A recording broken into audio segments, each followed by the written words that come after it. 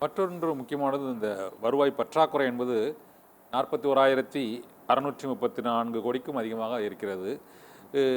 நிதியமைச்சர் தங்கம் தென்னரசு குறிப்பிட்டபடி அந்த கடன் 2026 இந்த மார்ச் 31 வரை அது ஒரு 9,29,999 கோடி கடன் தொகை இருக்குது அப்படிங்கிற ஒரு கணக்கையும் அவர் சொல்லியிருக்கிறார். இந்த கடன் வருவாய் பற்றாக்குறை தொடர்ந்து அதிகரித்து கொண்டே செல்லக்கூடிய சூழ்நிலையில் இந்த நிதி நிலைமை இந்த வளர்ச்சி திட்டங்கள் மற்றும் இந்த இலவச திட்டங்களுக்களால் இந்த நிதி பெருமளவு அதற்கு போய் நீங்கள் கூறியது போல் அந்த அரசு ஊழியர்களுக்கு இந்த ஊதியம் மற்றும் ஓய்வூதியம் ஆகியவை கொடுப்பதனாலும் இந்த இலவச திட்டங்களுக்கு மிகப்பெரிய அளவில் கொடுக்கறதுனாலுமே இந்த வருவாய் பற்றாக்குறையும் கடன் தொகையும் ஒவ்வொரு ஆண்டும் அதிகரித்து கொண்டே செல்கிறது என்ற ஒரு விமர்சனம் இருக்குது. அதை நீங்கள் எப்படி சார் பார்க்குறீங்க? உண்மையிலே இந்த இலவச திட்டங்கள் மற்றும் பல்வேறு அரசு ஊழியர்களுக்கான திட்டங்கள் மற்றும் பல்வேறு அரசின் திட்டங்களுக்கான செலவு இந்த கடன் தொகையும் வருவாய் பற்றாக்குறையும் அதிகரிப்பதற்கு ஒரு முக்கிய காரணமாக இருக்குன்னு நினைக்கிறீங்களா சார்? ஆமாம், அதாவது நிச்சயமாக அரசு செய்கிற பல்வேறு கட்டுமானங்கள், சாலைகள், நீர்த்தேக்கங்கள் போன்ற மருத்துவம் போன்ற மற்றவற்றை எடுத்துக்கொண்டால் நம்ம டிஸ்கிரிஷனரி ஸ்பெண்டிங் என்று தனி மனிதர்களுக்கு சொல்வது போல சிலவற்றை அரசு தவிர்க்கலாமா என்றால் தவிர்க்கலாம். ஆனால் மக்களால் தேர்ந்தெடுக்கப்படுகிற அரசு என்கிற பொழுது மக்களிடம் திரும்பி போகிற ஒரு நிலைமை இருக்கிற பொழுது அது ஓட்டு அரசியலாக மாறிவிடுகிறது. அப்போ ஒரு போட்டி அரசியல் வந்து விடுகிறது. யார் ஆட்சிக்கு வந்தாலும் இதை செய்கிறார்கள். இப்பொழுது ஆச்சரியகரமாக இது தமிழ்நாட்டிலிருந்து பல்வேறு மாநிலங்களுக்கு பரவி இப்பொழுது நம்ம பார்த்தோம் அமெரிக்க அரசியல்லையே அது வந்துடுது. சமீபத்தில் நடந்த அமெரிக்க அதிபர் தேர்தலில் 2 கட்சிகளும் போட்டி போட்டுக்கொண்டு அவர்கள் அறிவித்த பல விஷயங்கள்ல நம்முடைய நலத்திட்டங்கள் போன்ற நலத்திட்டங்கள் இருக்கின்றன.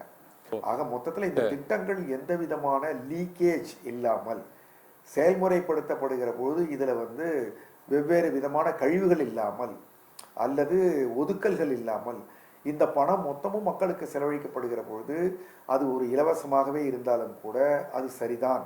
இப்போ நம்ம 20 கிலோ அரிசி அன்ன யோஜனா திட்டம் மத்திய அரசு கொடுக்கிறது. அதை வாங்கி பலர் அதை விற்கிறார்கள், கேரளாவுக்கு கடத்துகிறார்கள் என்று கேள்விப்படுகிறோம். அதனால மக்களுக்கு போய் சேருவதற்கான எக்ஸிக்யூஷன் ப்ராப்பராக இருக்க வேண்டும். அதன் மூலமாக முன்பு இருந்த தேவையில்லாமல் மிக அதிகமாக ஒரு குடும்பத்திலேயே 2-3 ரேஷன் அட்டைகள் எல்லாம் வைத்திருந்ததை கண்டுபிடித்து ஒரு முறை குறைத்தார்கள். பலரும் 4-5 கேஸ் சிலிண்டர்கள் கனெக்ஷன் வைத்துக்கொண்டு அவற்றை வியாபாரிகளுக்கு விற்று கொண்டிருந்ததை கண்டறிந்து குறைத்தார்கள்.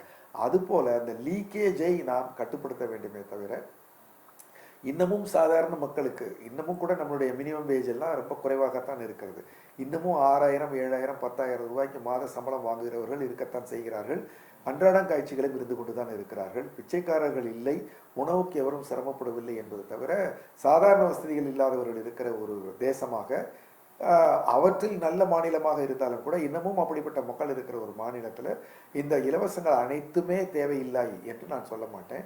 இப்போ தோழி திட்டம் என்று ஒன்று கொண்டு வெளியூர்லேருந்து சென்னையில் தங்கி படிக்கக்கூடிய வேலை செய்யக்கூடிய பெண்களுக்கு ஒரு அரசே கொடுக்குற ஒரு பாதுகாப்பான காப்பகம் இருப்பதோ அது போன்ற திட்டங்கள் எல்லாம் அதில் சப்சிடி கொடுக்கலாம்.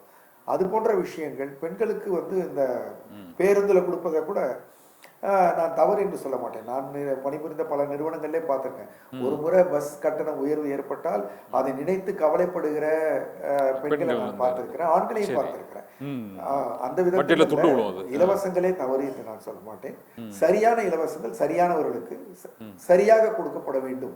அதை இன்னும் நம்ம அந்த எக்ஸிகியூஷன்ல நடைமுறைப்படுத்துவதில் இன்னும் கட்டுப்பாடாக இருந்தால் அந்த செலவினத்தை குறைக்கலாம் என்று நினைக்கிறேன்.